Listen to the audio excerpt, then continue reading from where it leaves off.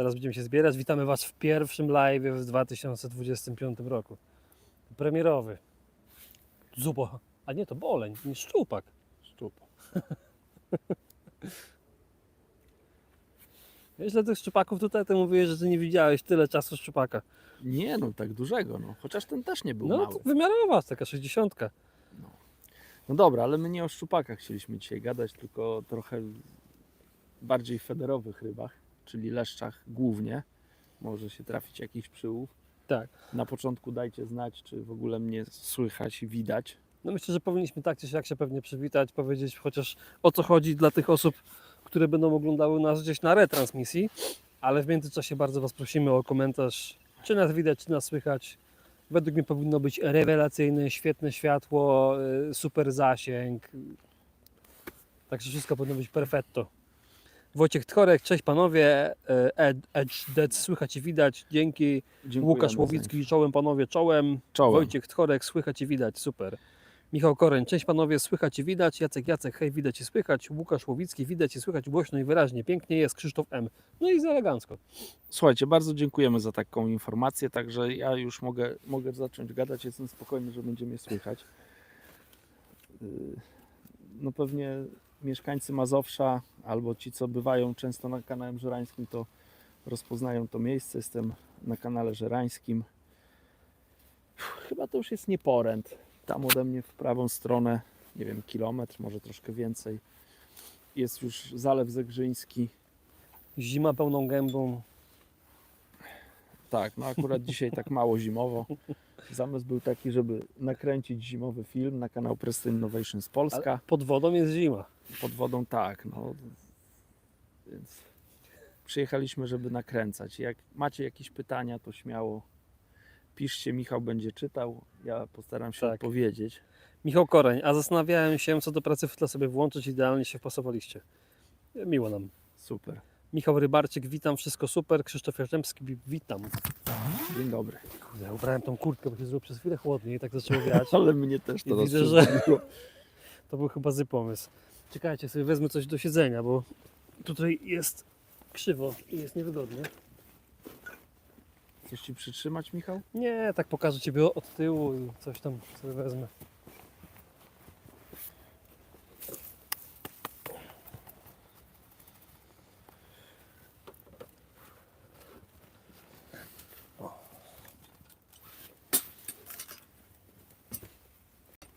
Nie wiem, czy coś mi to da, ale coś na pewno. O, no tak jest 100 razy lepiej. Pan kamerzysta usiadł. Musisz sobie poziomowane nóżki zrobić, żeby było ci wygodnie. Jest okej. Michał Koreń pyta, jaka taktyka na dzisiaj? No, taktyka jest taka, żeby łowić to, co daje woda. Akurat kanał żerański tutaj na tym odcinku to jest i o tej porze roku. To jest łowisko, no, w którym jest troszkę ryb. Akurat to się zmienia, bo są leszcze różnej wielkości.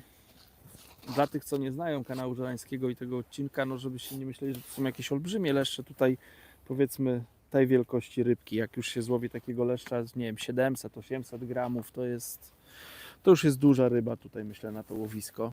Więc takie przeciętne, myślę, leszczyki to są... Jezu, co to, widziałeś to? Siedzi tam, nie? Nie siedzi, przestań, to taka muszka mała. Muszka mała, to zabzyczało jak ten, jakiś szerszeń. Na pewno nie widzi? Michał się boi insektów. Michał jest uczulony na szerszenie. Ale to nie był szerszeń, to taki... Ale no, odgłos po prostu jakiś bombowiec przeleciał koło ucha. No, przepraszam, przerwałem.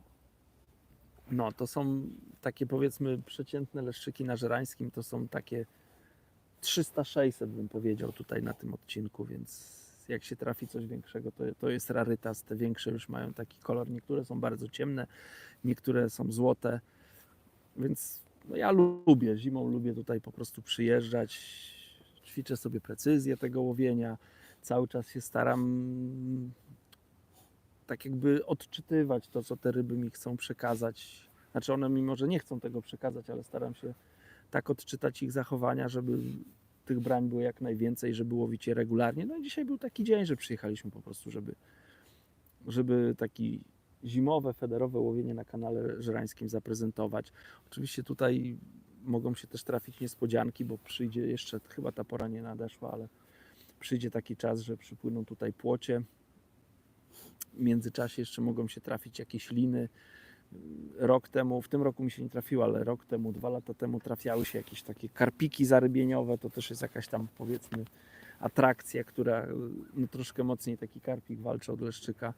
Także takie łowienie takich, powiedzmy, sportowych rybek, ale o tej porze roku ja takie łowienie uwielbiam. Hubert Skórzański, witam. Krzysztof M. Jak z rybami na kanale? No to w sumie No, to jest dobry okres. Tak. No, jak nie wiecie, gdzie jechać na ryby, to warto nad kanał, bo ryby nie są duże, to jest ich dużo. ale jest ich dużo, tak. Gangsta All.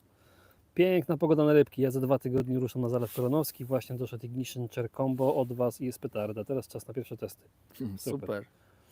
Szef Igor. Witam i pozdrawiam Adama i kamerzystę Igor Pawlak. Dziękujemy i pozdrawiamy. Dzięki, pozdrawiamy. Jak macie jakieś pytania, to śmiało jesteśmy do Waszej dyspozycji. Myślę pewnie do jakiejś 15, czy jeszcze przez 40 parę minut. Tak? To już tako? Tak. No trochę się guzdrałem z odpaleniem tego live'a, ale coś tu Aha. YouTube przez te 2 miesiące, czy no prawie 2 miesiące pozmieniał trochę ustawień i nie mogłem znaleźć tego, co chciałem znaleźć. No ale ważne, że jesteśmy. To dobrze, że Ty się tym zająłeś, bo jak ja bym się do tego dobrał, to już by leciały jakieś różne wyrazy. No ale się muszę zaraz rozebrać, naprawdę, bo jest, no teraz się zrobiło bardzo ciepło. Michał Koreń, a jak dużo nęciłeś? Ostrożnie czy grubo? Ostrożnie, ja zimą jak przyjeżdżam, to raczej tak mi się wydaje, że to nie jest grubo, ale nie stosuję wędziska do nęcenia, tylko po prostu nawet widać, no ja tu po filmie się nie zwijałem. Jedna Tak. wędka, którą zanęciłem, łowisko, którą łowiłem cały czas i w tym roku byłem kilka razy nad kanałem na rybach i za każdym razem tak łowiłem, że bez żadnych. Zapuściło? Albo miałem podpiętego leszcza, albo miałem lina. Naprawdę. Przynęta jest ruszona, więc to nie jest ruszona, więc mogła być podpięta ta ryba. Marcin, Nie, no witam i ruszona pozdrawiam jest. super ekipę w nowym roku. Dzięki, pozdrawiamy również. Krzysztof M. Fajne miejsce, tylko delikatne wrania, nie to co na łynie. Pozdrawiam. No, na łynie troszkę te brania były mocniejsze, natomiast tutaj też nie mogę Też narzekać, fajnie. tak. No. Wojt, no. Dużo bardziej delikatne wędki niż na łynie. Wojtek Sadach. Hej, chłopaki, Rawa Mazowiecka pozdrawia. Cześć, ja pozdrawiam Rawę. Też tęsknię. Michał Koreń, a jakie Wy macie odczucia po wyemitowanym odcinku z podcastem? No ja generalnie mam dobre, nie wiem jak Adam. Nie wiem, no ja chyba się nie nastawiałem, że to będzie miało jakąś nie wiadomo jaką oglądalność. Ja To generalnie co mam gadaliśmy, no, że dobre. wędkarstwo to jest nisza i Ale to też gadaliśmy między sobą, że to jest taki film, który się będzie później odpalał, jeżeli chodzi o wyświetlenia i tak dalej. Bo domyślam się, że nie każdy ma 2,5 godziny wolnego czasu i ktoś może, wiesz, obsługiwać tego w poniedziałek, jak będzie jechał do pracy, albo w środę, jak będzie z tej pracy wracał, nie? no tak, Albo no bo to będzie raczej jechał w na trasę. jakąś tam podróż albo przy okazji, nie wiem, ktoś coś sobie robi i sobie posłucha. Ja po myślę, prostu że ten gadania. podcast jeszcze będzie generalnie szedł, ale nie będziemy pomysłów zarzucać, jeżeli o to Wam chodzi, pomysłów zarzucać, tylko ja myślę, że będziemy dalej to realizować. No. Tak jak wspomniałem, że Adam, jak pojedzie i jak udało się dostać do kadry, no to następny podcast będzie zaraz po mistrzostwach, mam nadzieję. No to jeszcze w międzyczasie z chłopakami porobisz. Nie, no na pewno, Z znaczy na Patrycją? pewno. No. Myślę, że tak, postaram się. No toż im się robi cieplej, tym więcej ryb będzie. Czas pokaże, jak to mówił klasyk. Tak. Wędkarstwo Maciej Potrawiak. Cześć wszystkim. Cześć. Karol Maków. Witam. Więcej podcastów. Fajnie się słucha. Dziękujemy. Krzysztof M. w trasie super. Robert Papuziński. Pozdrawiam. Tomasz Albinowski. Witam wszystkich. Dzień dobry wszystkim, którzy mówili witam, dzień dobry i tak dalej. A ten podcast ogólnie on ma dużo łapek w górę, dużo komentarzy jak na swoje wyświetlenia, więc jakby myślę, że To ty już bardziej się orientujesz niż ja. Robert Papuziński. Fajna pogoda jak na styczeń. No. No to jest... No tu jest aktualnie plus 10. Ja myślę, że w tym słońcu to może być plus kilkanaście.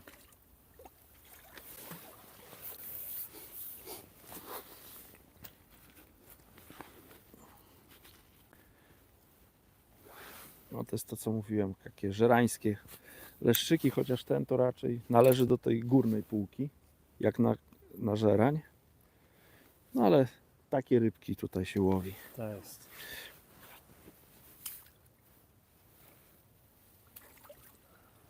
Tomasz Zakrzewski, zawsze fajnie się ogląda. Pozdrowienia z Irlandii. Pozdrawiamy Irlandię. Pozdrawiamy. W Irlandii to ostatnio jakieś tam wichury były, z tego co słyszałem. No, coś tam tak, coś tam pisali. Coś tam pisali, że było. Słuchajcie, w międzyczasie, bo mamy już tam gdzieś kilkadziesiąt osób na live, jak każdy z Was albo większość z Was zostawi tą łapkę w górę, to będzie miło, fajnie i przyjemnie, bo wtedy ten live dotrze do większej ilości osób.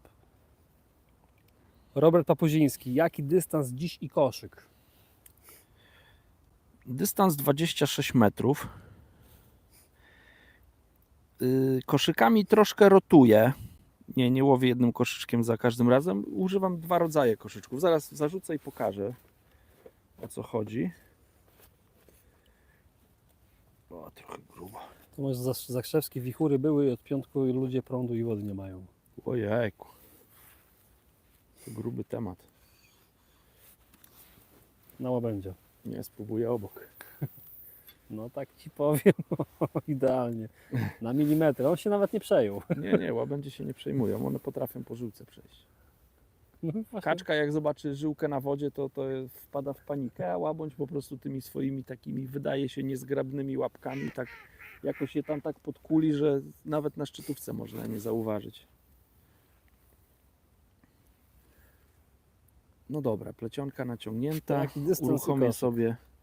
O dystansie mówiłem, o koszyczkach. Było pytanie o koszyczki.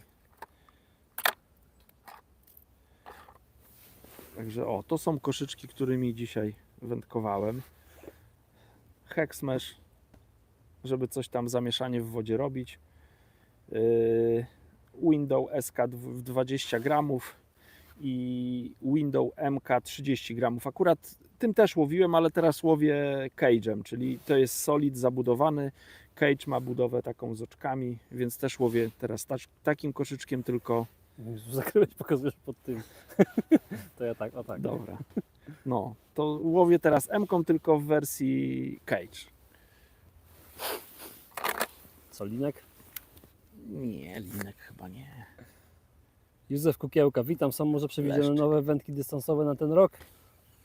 Józefie, nie wiemy, a nawet gdybyśmy wiedzieli, to niestety nie możemy o takich rzeczach mówić, ale naprawdę nie wiemy. Nie, ja myślę, że nie będą. No skoro Monster Ja nie mam Extreme żadnego były pojęcia. niedawno, to przecież to są... Może To są wędki może będzie dedykowane. Distance Master Extreme A to nie wiem tego. albo Distance Master X. Fishing with Ice 6 Tomek Biero. No zobacz, leszczyki Biero.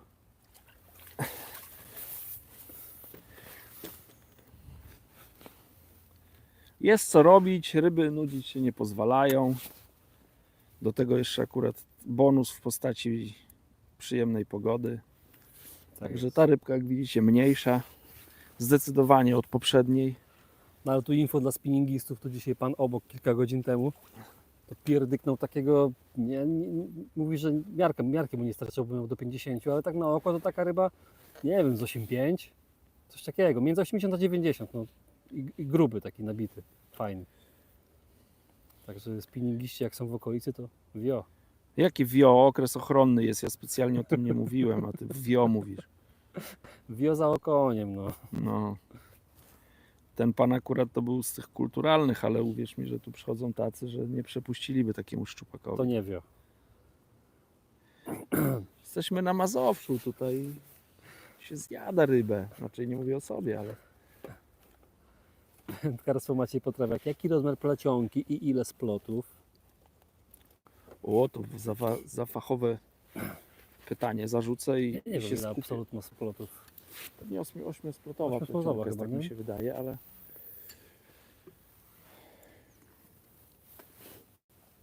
No, wygląda, 8 ma na pewno, no na pewno nie ma 4. dobra, ja łowię plecionką Absolute Feeder Braid od Prestona. To jest jedyna plecionka, którą ma Preston i ona jest dostępna w 3 średnicach. 8, 10, 12.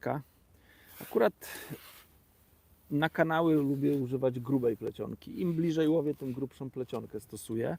No bo takie mam przekonanie, że jak się łowi blisko, to przeważnie się łowi szybko. A jak się łowi szybko, to się łowi mniej uważnie. I mam takie przeczucie, no to poparte praktyką jest, że im cieńsza plecionka, tym ma większe tendencje do tego, żeby się splątać. Dlatego 12 się plącze dużo rzadziej jak 8. Znaczy splątać, nawet gdzieś tam na szczytówce zawinąć, jak jakiś wiaterek zawieje. Także jest troszkę sztywniejsza i można łowić szybciej. Na liczbę brań to nie ma absolutnie żadnego wpływu. Natomiast no, średnica ma ten wpływ, że im dalej się zarzuca, tym łatwiej jest zarzucić cieńszą plecionkę. Ta plecionka w wodzie też stawia mniejszy opór, więc im dalej, tym cieńszą, im bliżej, tym grubszą. Taką mam zasadę. A dzisiaj blisko, w miarę szybko, więc 12. A ilo splotowa, tego nie wiem. Krzysztof M. napisał, że 8 splotów. No, No tak tak. mi się wydaje, że 8 splotów. Tak, to jest możliwe, że to jest 8 splotów. Powiem szczerze, ja na to nie zwracam uwagi. Dla mnie to jest fajna, dobra plecionka, więc używam i się nad tym nie zastanawiam, ile tam razy. Robert Papuziński pyta, coś o miejscu mówiłeś, Adam? No miejscu mówiłem, kanał żerański. Kanał żerański, Nieporęt. Piotr Miara, w jakich sytuacjach stosuje Pan open windowy cage a solid? Coś jakieś tu wskazanie miałem. Solid, no to jest taki koszyczek, który... O, konek będzie. Też się albo spudłowałem. Solid, no to... Ojejku, to dzisiaj taki ryb nie Boże. miałem. Jazgar? Nie, okoń. No i taki się trafił też. Te większe się najadły, te mniejsze zapuściły. Nie, ten to jakiś z partyzanta tutaj wyskoczył. Nie wiadomo jak. Solid, no to taki zabudowany koszyczek, który myślę, taka była intencja twórcy, żeby pierwotnie służy do tego, żeby podawać w tym koszyczku dużo przynęt. No bo on jest dosyć zabudowany, więc jak tam się nałoży, nie wiem, ciętych dendroben, uśpionych białych robaków, czy kasterów, czy nawet jokersa, no to koszyk podczas opadania nie gubi tych przynęt. Jesteśmy w stanie nawet w bardzo głębokim łowisku te przynęty przetransportować na dno, nie pozostawiając gdzieś tam w wodzie smugi, co na wielu łowiskach jest pożądane, no bo nie wabi jakichś drobnych rybek, które mogły gdzieś tam w tonie się znajdować, a też nie podnosi tych większych ryb, które chcemy łowić z dna, no bo jakby ta zawartość gdzieś tam opuściła koszyk, nie wiem, łowisko jest 6 czy 7 metrowe, a koszyk się, gdzieś tam ta zawartość by została 2 metry pod powierzchnią i lekkie przynęty by spadały, no to ryby miałyby tendencje takie żerujące, żeby się podnosić do tych opadających przynęt, no co podczas łowienia na feder długotrwale to nie ma sensu, no bo łowimy z dna. Oczywiście można taki numer zrobić, żeby gdzieś tam te ryby zainteresować, ale trzeba liczyć na to, że te ryby za tymi przynętami zejdą do dna, żeby je łowić z dna, no bo feder jest metodą gruntową. Także myślę, że taka była intencja. Później ktoś wymyślił koszyczek, chyba Preston jako pierwszy wprowadził te koszyczki właśnie typu cage. Chodziło o to, żeby jednak ta zawartość gdzieś tam po drodze pozostawała. Jeżeli chcielibyśmy oprócz tych takich frakcji, które podajemy, podawać też zanętę, no to wtedy w tym cage'u możemy tą zanętę podać, no bo przez to, że tam jest dużo dziurek, czy tam otworków, przez które woda ma dostęp, no to ta zanęta jakoś szybciej z tego koszyczka może się wydostawać. Więc teraz tak już odpowiadając na pytanie bardziej konkretnie, głębokie łowisko, w którym jest dużo ryb takich powiedzmy przeszkadzających gdzieś w toni, które mogą zainteresować się jakąś smugą, czymś, co z tego koszyczka wypadnie, albo nawet łowisko, gdzie występuje uciąg, to może być nawet jakaś tam wolniej płynąca rzeka lub zbiornik, w którym występuje uciąg, bo nieraz w zbiornikach występują uciągi wywołane właśnie przez powierzchniowy ruch wody, jak jest na przykład wiatr, fala, no to w jedną stronę płynie w jedną stronę, dołem w drugą, więc na takie łowiska wybieram raczej zabudowane koszyczki, czyli solid.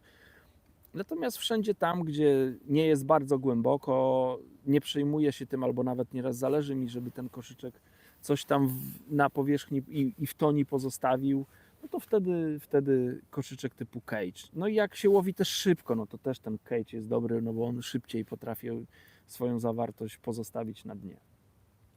Wyczerpująca odpowiedź. Mnie tak naszło teraz, jak są ludzie, którzy łowią na nogacie, to dajcie znać, na nogacie les bierze, bo tak gadaliśmy dzisiaj o tym nogacie.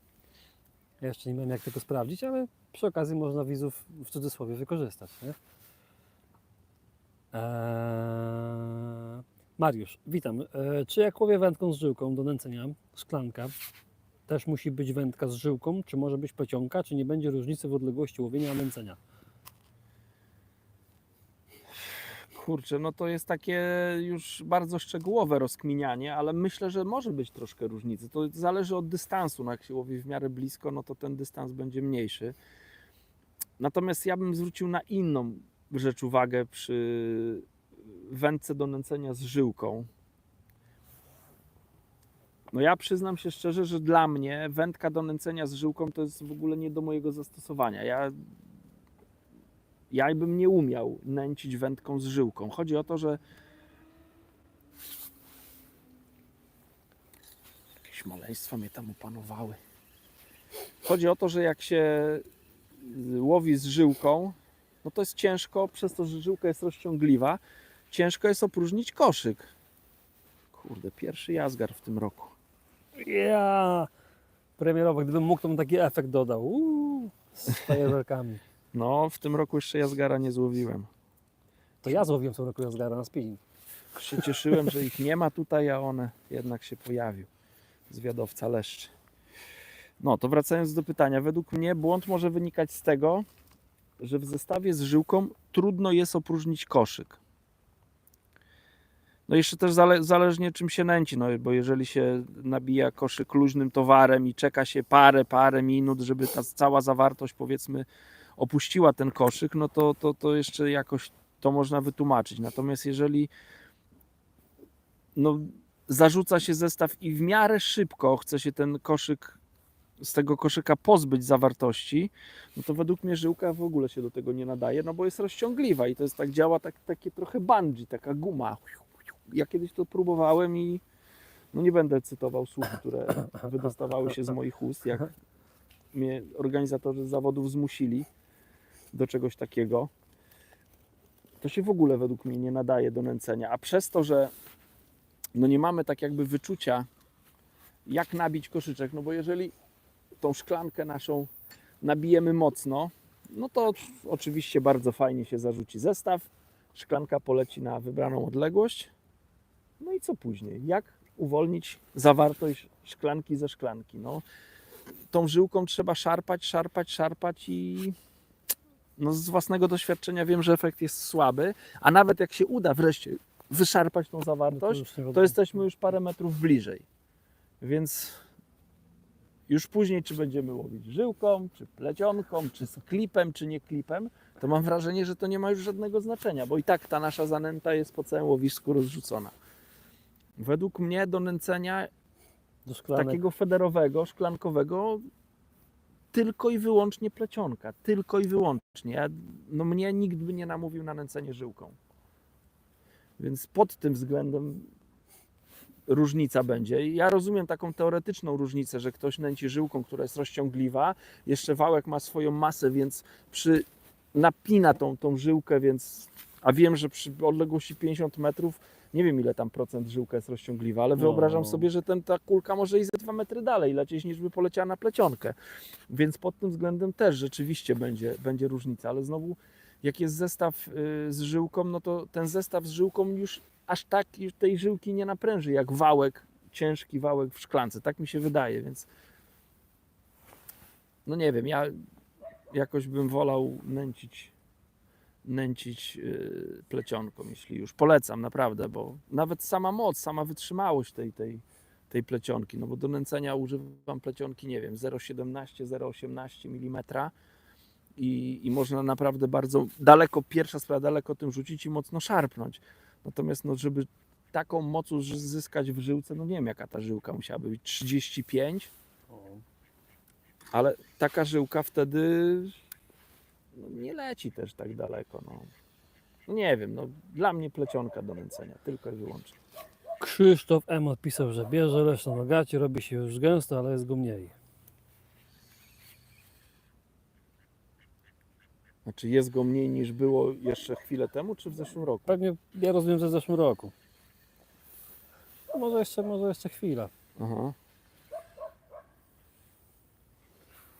Napisał też, że można sobie strzałówkę z grubszej plecionki zrobić i palec bezpieczniejszy będzie.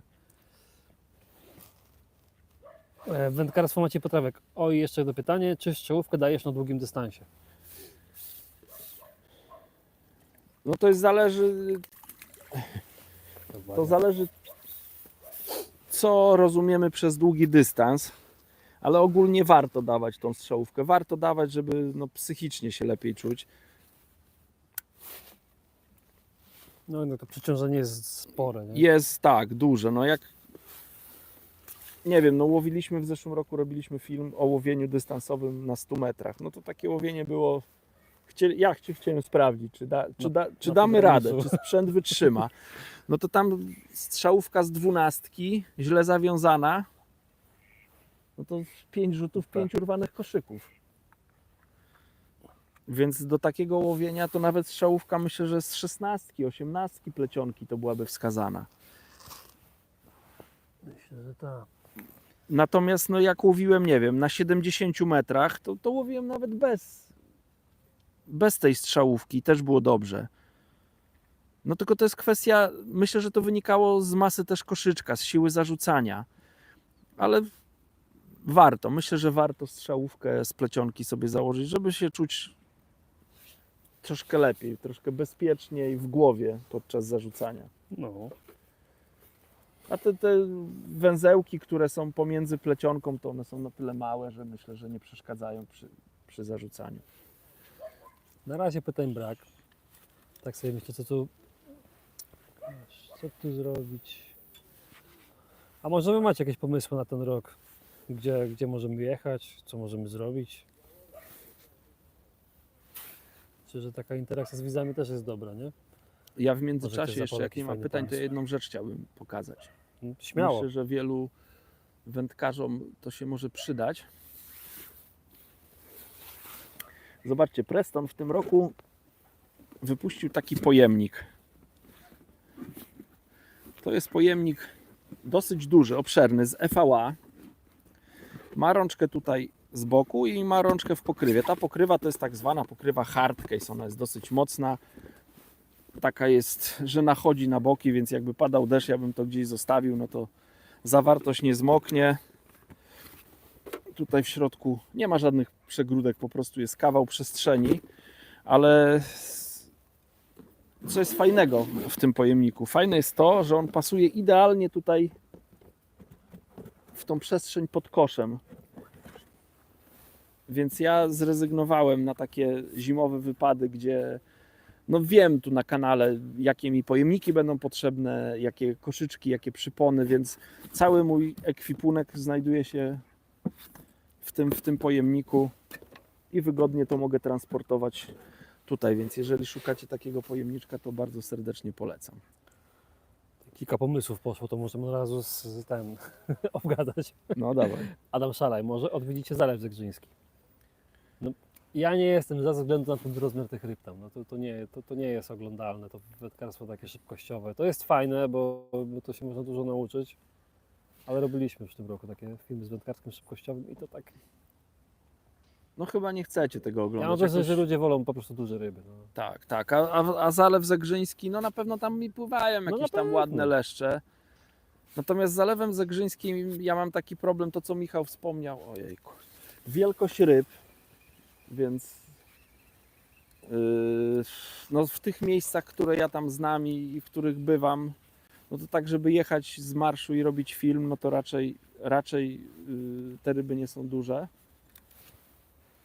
Kazik Styropen napisał, ja łowię na Zegrzu nawet takie leszcze do 2,5 kg. No to super. No to też trzeba to, co mówię, no tak. Pilnuj mety. No, Nikomu nie zdradzaj, zachowaj dla siebie. no na pewno ludzie mają też jakieś tam swoje miejscówki, swoje miejsca. Ja nie znam, a nawet jakbym chyba znał takie miejsce, to wolałbym tego nie pokazywać, bo to jest rarytas. Poza tym druga sprawa dla tych, co tutaj tego Zegrza nie znają, to dostęp do zbiornika jest dosyć utrudniony. Są miejsca rzeczywiście, gdzieś tam można podjechać w miarę blisko autem, natomiast jest dużo takich miejsc, gdzie tam jest pogrodzone, ludzie mają swoje jakieś działki albo są zakazy i tyle. No i po prostu nie ma dobrego dostępu według mnie do zalewu. To nie jest taki zalew, wokół którego biegnie droga i można sobie przyjechać na rybki, a tu nie ma miejsca, to jadę na drugi brzeg, nie? To nie ten temat. No, dojazd do tego zalewu jest utrudniony. Wojciech Schorek. Rewanż z łowiskiem jeleń. Ja ogólnie myślę, że to do zrobienia. No jeleń jak Ja najbardziej, tutaj no gadaliśmy. to Myślę, fajne, że jeleń, łowisko tak. fajne, te leszcze takie. Tylko dobrze by było wiedzieć, gdzie te leszcze, w której części zbiornika o danej porze roku się znajdują, bo przez to, że to jest bardzo głębokie łowisko o zróżnicowanym dnie, no to można się przestrzelić. Wędkarstwo macie po trawach. Warta, proszę, na 2025. Ja myślę, że Wartę zrobimy, bo ja myślę, że my będziemy tam w okolicach Poznania, bo mamy pewne zaproszenie do wykorzystania, z którego nie skorzystaliśmy w zeszłym roku. I myślę, że będzie można to połączyć właśnie z Wartą. I Tarnowski spróbować sad, na rozumiem. Warcie. No ale Warta to też możemy jechać Ja na, wiem, na wiem, Gorzów. wiem, że w ogóle inne rejony. Tak, piękna rzeka. Ja myślę, że będzie i Warta, i będzie Odra. Myślę, że będzie fajnie. Będziemy starali się jakoś zróżnicować trochę te miejsca i starać się nie powtarzać tych, co były rok temu. Oczywiście niektóre na pewno powtórzymy, bo jest kilka takich miejsc, które odwiedzić co roku to jest absolutny must have, chociaż dla własnej głowy. Siwy Fider, a jaki sens ma strzałówka na 40 metrach? Czy według Ciebie zestawem na sztywno nie można dobrze odławiać ryby bez spinek, pracując z biegiem wstecznym? A weź powiedz, o jaką ci strzałówkę chodzi? O strzałówkę z żyłki, tak jak ja stosuję, czy o strzałówkę z plecionki? Bo jeśli chodzi o strzałówkę z plecionki, to w ogóle ona nie ma sensu według mnie. Ja na 40 metrów nie stosuję, to jest zupełnie zbędny element. Natomiast bardzo lubię strzałówkę z żyłki na takie łowienie. To jest zawsze dodatkowy element, który amortyzuje i myślę, że szczególnie przy bardzo delikatnych braniach, gdy ryby delikatnie pobierają, gdzieś tak są tylko tak zahaczone i są zawody, czyli zależy nam, żeby być skutecznym, żeby podczas tego wędkowania jakoś tam się nie wybijać z rytmu nerwowego. No to ja wolę ze strzałówką, bo jednak te 7 metrów strzałówki, no to mam taki dodatkowy amortyzator, a taki zestaw też jest chyba mogę to powiedzieć, idiotoodporny, że go nie plączę po prostu. Do widzenia. Więc z tego powodu ja lubię ten zestaw, bo jest taki i na te kamienie, które gdzieś tam na dnie mogą być jakieś muszle, no to jest odporny i odporny jest na tego wędkarza, któremu zdarza się nieraz splątać zestaw, bo się mało plącze. Więc strzałówka żyłki na 40 metrów dla mnie tak, jak najbardziej, ja bardzo lubię. Natomiast z plecionki to w ogóle nieprzydatny temat. Bartłomiej Sokołowski, kiedy treningi we Wrocławiu przed Grand Prix Polski? Przed Grand Prix Polski. Nie wiem, czy uda się. Wrocław macie? Tak, mamy Wrocław. Pewnie przed samymi zawodami pojadę. Coś tam połowić. Kurczę, no jakieś tu niemałe rybki dopadły. Paweł Pysiak, cześć, kiedy jagodno. Ciii. To jest to miejsce, za którym tęsknimy. Tak. Cyberdick. Hej, do wędki 3,20 do szybkościowego łowienia powiedzmy 15-25 metrów. Użyłbyś kołowrotka z płytką szpulą 3000 czy 4000? Pozdrawiam. A do jakiego wędziska na początku tam było pytanie? 3,20. Mm, 3,20 szybkościowe łowienie 15-25 metrów. Kołowrotek 3000 czy 4000? 5000. Mówię serio. Ja Ja nawet nie mam ani jednego kołowrotka 4000. 3000 to dla mnie to jest w ogóle nie rozumiem tego, jak ktoś może w federze używać takich malutkich kołowrotków, bo ja rozumiem, że ktoś sięga po mały kołowrotek, bo mały jest lekki. Natomiast mały ma szpulę o małej średnicy. I przy szybkościowym jeszcze łowieniu, gdy nam zależy, żeby no szybko zawijać ten zestaw, no to myślę, że to ma znaczenie. Więc ja zdecydowanie jestem fanem większych kołowrotków niż mniejszych. Jak mam wybrać 3 czy 4, wybieram 4, ale tak naprawdę to biorę 5. I tutaj mam 5000 kołowrotek. A to wędzisko też nieraz stosuję do takiego właśnie szybkościowego łowienia, więc ono nigdy nie pozna, co to jest kołowrotek 4000. Mało tego, ten kołowrotek na przykład, albo wiele kołowrotków, jakbyście zerknęli, na przykład jest kołowrotek, nie wiem, 4000 i 5000, no to te kołowrotki mają praktycznie ten sam korpus.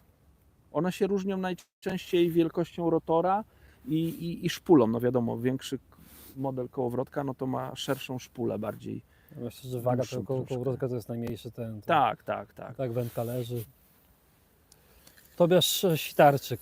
Adam, oglądając Twoje filmy, przedstawiam się na Prestona. O, no to fajnie. Łukasz Walędzik. Witam. A łowienie w zielonce, glinianki, jest głęboko i duże ryby, 4 stawy. O, płoteczka! Moja pierwsza płotka w tym roku.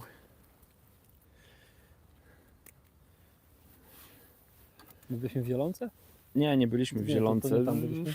Korci mnie ta zielonka, natomiast ja muszę to jakoś przetestować temat. A to wiesz, tak? Co to jest to? Ja prawie tam mieszkam, czy to u mnie w domu. Aha.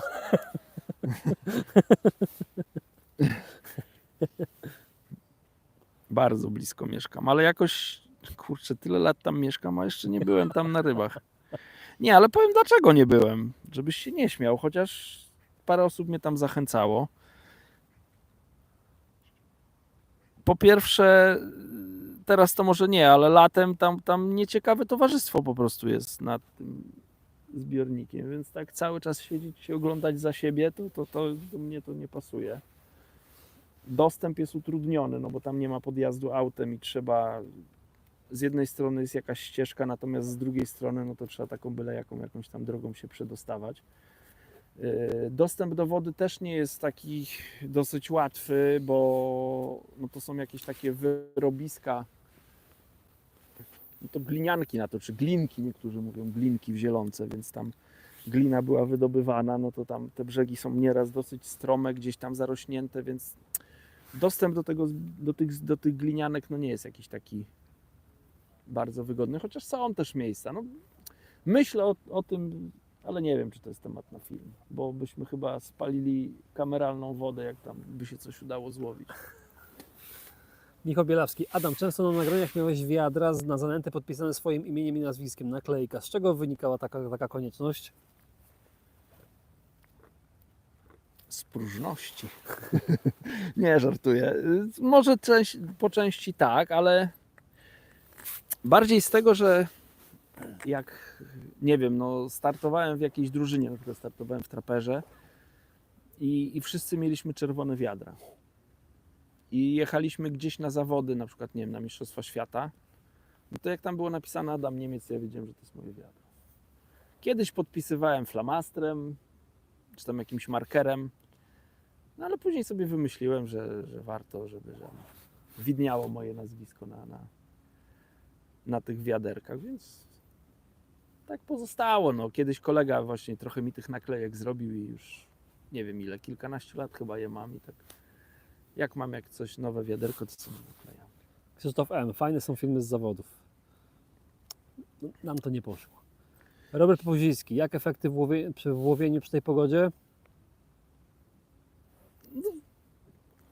Powiem tak, nie wiem, czy to wynika z tego, że jest kamera i tak jakby nie mogę, mówię o tym, co było na filmie, że nie mogłem tak regularnie łowić, no bo tu trzeba było coś pokazać do kamery, więc trzeba było parę minut poświęcić i nie donęcić łowiska w tym czasie.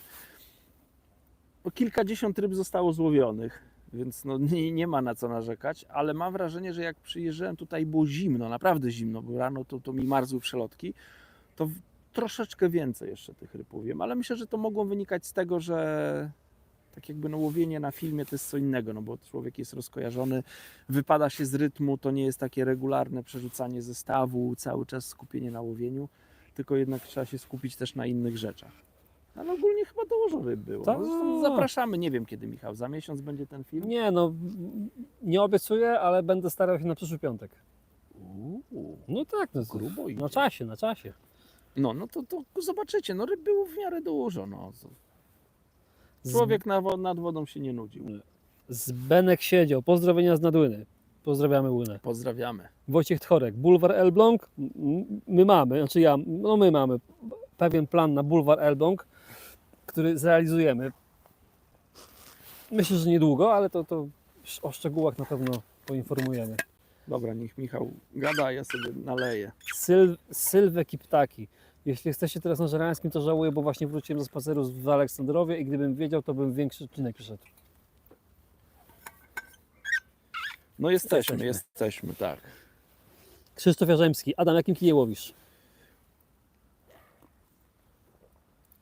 Łowię kijem Supera X Super Light 10 stóp. To jest 3-metrowe wędzisko do 30 gramów. Taka wykałaczka o pięknym ugięciu podczas holu, ale w miarę celna, więc ja jestem pod wrażeniem tego wędziska, bo poprzednio używałem wędziska Supera SL i mam wrażenie, że to wędzisko jest jeszcze bardziej celne do takiego podawania zestawu, a jak się zatnie rybkę, to też nadal ma piękne ugięcie. Siwy odpisał na tamto pytanie, bo tu się uzbierało trochę tych komentarzy. Łowiłem teraz na 32 metrach bez strzałówki, samą plecionką 008, zestaw ze skrętką z fluorokarbonu, 16 leszczyków na 16 wyholowanych, ostatnie wędkowanie nawet na leszczach 1,5 kg plus, tak samo, pracując samą wędką i biegiem wstecznym. Strasznie mi to pasuje, 90 ryb w podbieraczu. No ale to słuchajcie, no jeżeli ktoś wypracował sobie, czy zastosował zestaw, który się nie plącze i na którym się nie gubi ryb i na którym dobrze widać brania, kurde, to trzeba tak łowić. No. Marcin Kurzepa bardzo lubi takim zestawem łowić i ja się nie przekonałem, bo dla mnie to jest takie wszystko Toporne. takie, no może toporne, nie chcę tego słowa używać, bo nie chcę kogoś urazić, natomiast takie bardzo elektryczne i no ja lubię jednak troszkę takich krągłości, takiego właśnie troszkę. Za mnie fiderowiec żaden, ale jak łowiłem jeszcze karasie tam, nie wiem, w zeszłym roku czy 2 lata temu, to łowiłem właśnie bez niczego, to dużo spinek miałem. Karasiak szarpnął, to Nie, no to można rzeczywiście, no wędeczka w 2 paluszkach, No tak. trzymamy, że tu jest przegub w rączce, do tego jeszcze wiadomo, no te wędki, które używamy, no one mają fajne to ugięcie, no i można rzeczywiście holować te ryby i być skutecznym. będziemy powoli zbliżać się do brzegu. Co ty gadasz, to już zleciało? No za 5/3. O ma. Powoli trzeba kończyć, a trochę mamy jeszcze komentarzy, więc będziemy To dawaj. tak, odpowiadać jakby kilkoma zdaniami. Także po dla prostu. siwego, jak ci pasuje zestaw, to się nie pytaj mnie, czy to ma sens. Ma sens, to łowisz super zestawem. Nie spadają ryby, widzisz brania, dobrze się łowi. Git zestaw. Marcin, którą wędkę byś polecił 3,60 do 60 gramów z oferty Preston pod feeder? Adam czy Marcin? Marcin. No to jestem Adam, jak już. Ale Marcin, to Marcin napisał. A, myślałem, że Marcin do mnie napisał, że jestem Marcin. Nie, dobra, Nick Marcin. Dobra. Marcinie, 3,60 do 60? Pod klasyka. No ja uwielbiam Super X. To jest... Nawet mam kolegę, który się śmieje, jak zwracam z ryb. Co? 3,60 do 60 Super X. Super X 12 stóp. To jest to wędzisko. Ewentualnie, jeżeli ktoś ma bardziej ograniczony budżet, no to Ascension 3,60 do 60. To są 2 świetne kije. Ascension myślę, że połowę ceny tego, co Super X. Ale nadal świetna wędka. Edge Deads. Te 2 wędki. Edge Deads. Jakiej gramatury ciężarków używa Pan do Super X12 160 gramów do metody i klasyka, żeby dobrze ją załadować? No ja na metodę nie używam lżejszych podajników jak 30 gramów, więc jeżeli łowię to... A przeważnie jak już sięgam po wędkę 12-stopową, to łowię ponad 50 metrów. Więc 30-45 gramów to w ogóle bez problemu. Cięższymi nie mam takiej potrzeby, żeby cięższymi podajnikami łowić na metodę. I w federze klasycznym to samo. No, 30-45 gramów to są koszyczki czy podajniki, które bardzo dobrze ładują to wędzisko. Bartek Kwiatkowski, ostatni pierwszy podcast, super pomysł. Dziękuję. Przemek Kowal, witam serdecznie. Rzeka czy jeziorko? Kanał. Siwy Fider. Słyszałem, że haczyki Preston N20 gotowce na szpulkach się kończą na rynku, prawda czy fałsz? I don't A know. tego nie wiem. Ja też nie mam bladego pojęcia. Nie, no Ale nie wydaje mi się się. chyba. Tak, no. Może jakiś przestój gdzieś, coś. Marcin Stolarz, witam Adam. Pozdrowienia z Irlandii. Może kiedyś jakiś film nagracie na Zielonej Wyspie. O, chciałoby się. To by było luksusowo, nie? Siwy Fider, czy niebieskie pinki łowią ryby? Zawsze są dodawane w miksie robaków w sklepie. Łowiłeś jakieś na niebieskie? Jakoś nie wydaje mi się to naturalne, żeby, chociaż kurde, fluo też nie jest No naturalne. właśnie. Nie, jakoś nie mam przekonania do tego. Przemek Kowal, Adam, będziesz na rybomania? Jeszcze Mm, chyba nie, jakby nie mamy chyba 100%, nie? ale dużo na to wskazuje, Ale- że raczej tak. No, Raczej tak. będziemy. Raczej będziemy. Na Facebooku na pewno poinformujemy, jak będziemy i gdzie Jak ktoś będziemy. jest z Podkarpacia, to zapraszam na urodziny Haczykowa. To tam będę. Tak, kiedy? W sobotę, w niedzielę, 8, Za 9 tydzień. chyba jakoś tak. Mhm. Następny weekend. Robert Papuziński. Adam, czy masz jeszcze jakiś sprzęt na spławik? Czy coś pokażesz ze spławika? Czy to już tylko feeder i Preston? Nie no, kurczę, odległościówek u mnie dużo jeszcze jest. Natomiast no ja już jestem taki federowy, no kurczę, tak. Spławik jakoś, muszę powiedzieć, mnie bardzo nie ciągnie. Karpie gdzieś tam na tyczkę bym spróbował, ewentualnie jakby ładne ryby w rzece brały, no to też bardzo chętnie. No, odległościówkę gdzieś tam, ale zdaję sobie sprawę, że to jest bardziej skuteczna metoda. No to jest, nie, ja na feder no nieporównywalnie łowię więcej ryb niż łowiłem na spławik. No to w ogóle to nie ma porównania. Siwy Fider, dziękuję za odpowiedź. Pozdrowienia, do zobaczenia. Do zobaczenia, Do pozdrawiamy. Krzysztof M., testowaliście nowe kołowrotki Extremity? Mówiłeś o nowe Extremity już? Nie, jeszcze nie łowiłem. Na razie pozwoliłem sobie napełnić je plecionką, więc miałem to, co Ci opowiadałem, miałem sobotę pracowitą i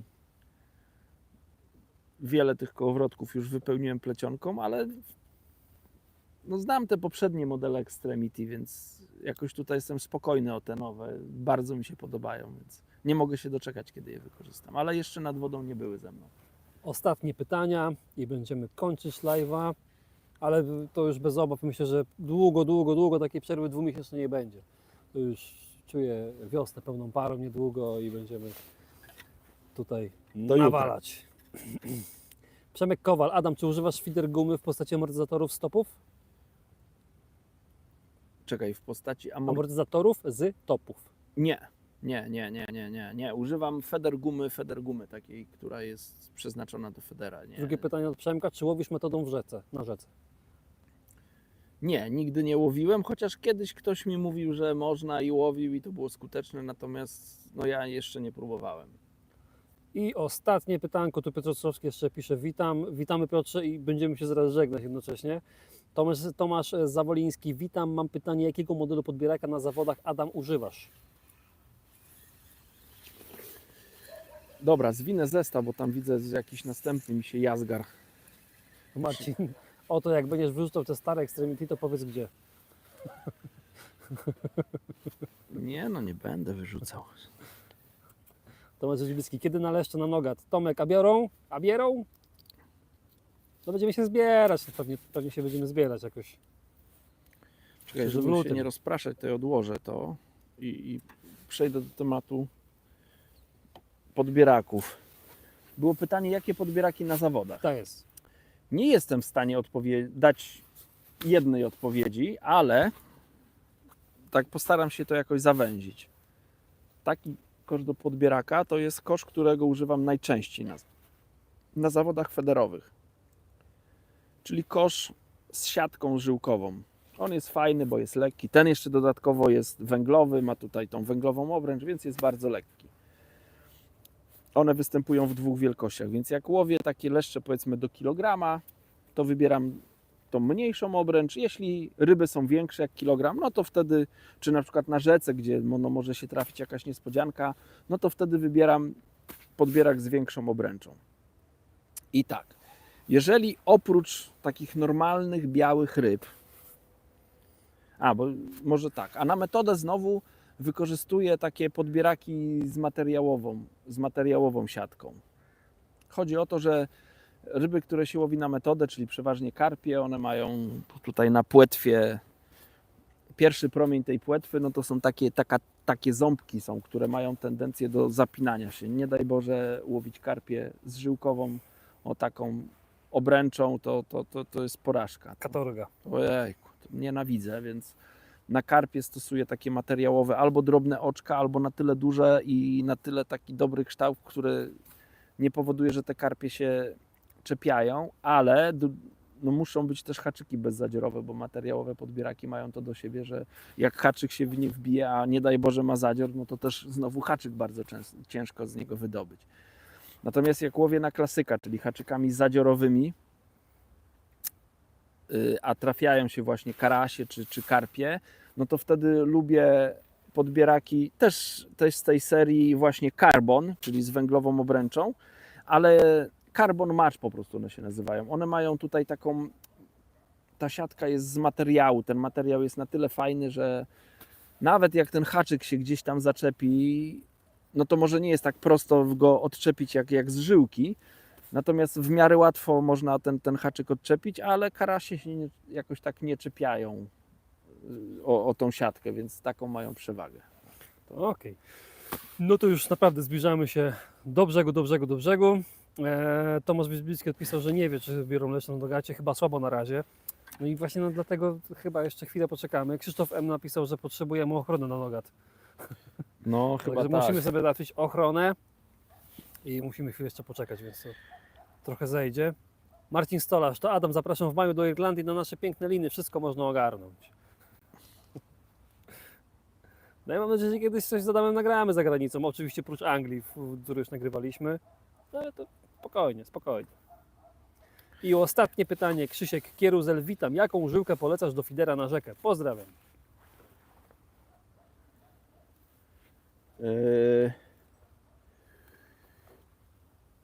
Reflo Feeder Mono, tak to się nazywa? Jak to się Chyba nazywa? tak, no, reflo, no.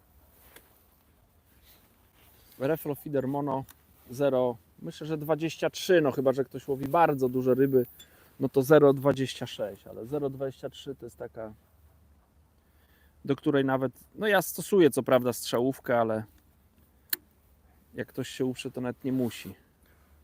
Ale jest troszkę sztywniejsza ta strzałówka, dzięki temu no, bo tam skrętkę można lepszą zrobić. Wędkarstwo z buta, no nogat lepiej połowa lutego czy koniec. To jest temat rzeka. Długa i szeroka jak nogat. Tak, to raczej miejscowych trzeba pytać, ja tam w No i to życiu też- parę razy łowiłem. I to więc- też różnie po prostu jest, różnie. Przemek Kowal, dzięki i pozdrawiam, do zobaczenia. Robert Papuziński, dzięki i pozdrawiam. Feeder Method Polska, witam i my się żegnamy. A, poczekaj, ja już wiem. Sinking Feeder Mono. Sinking Feeder Mono, dokładnie. Tak, Sinking Feeder Dawno na Mono. żyłki nie łowiliśmy. Nie wiem, co mi z tym reflą, ale niech będzie. Dobra, to co? Dziękujemy Wam. Tak, bardzo dziękujemy, że byliście, że pytaliście, że Tak, ja bym z pozostawiliście. chęcią jeszcze posiedział, ale muszę lecieć do domu po prostu. 3,5 godziny drogi przede mną. Tak, ja mam 20 parę, więc będę dłużej pewnie szedł do samochodu niż jechał później samochodem do domu. Ale co Wam mogę obiecać, to że niedługo, już naprawdę niedługo wypatrujcie to, co mówiliśmy w zeszłym roku. Zdradzę taką nutkę tajemnicy, czyli takiego bardzo długiego live'a. Bardzo długiego, on mieści 5-6 godzinnego live'a z nadwody. Ja nie wiem, jak ty to, Michał, zorganizujesz. Zobaczymy, Ale no. dobra, no ja w ciebie wierzę, bo Trzeba to będzie raz zrobić i zobaczyć, jak to pójdzie. Znaczy w ogóle wiesz, czy to jest po prostu realne, żeby to jest realne, żeby to zrobić. I tyle. patostreamerzy. A to streamer. Także trzymajcie się. Dzięki, że byliście. Do zobaczenia. Tak jest. Do zobaczenia. Hej.